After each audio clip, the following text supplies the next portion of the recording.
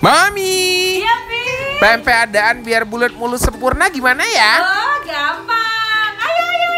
Masukin aja putih telur, garam, merica, serta gula. Airnya ya, tinggal aduk saja jadi mengental. Udah mau ditambahin bawang-bawang juga boleh ya. Sekarang kita masukkan tepung-tepungannya. Adonannya udah jadi. Ambil tepung terigu, taruh tipis saja di tangan. Lalu kita bulatkan pempeknya ini. Kita padatkan, yang ada masih pecah-pecah kita padatkan, kita haluskan, lalu kita bulatkan dan kita giling. Nah, setelah bulat bagus, Bunda tinggal cemplungkan saja minyaknya. Jangan terlalu panas dan jangan tidak panas. Usahakan gunakan api yang sedang supaya matang sampai ke dalam.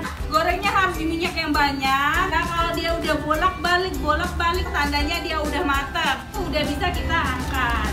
Untuk memadatkannya, Bunda bisa digelinding-gelindingkan di saringan seperti ini. Nanti dia akan bulat. Papi!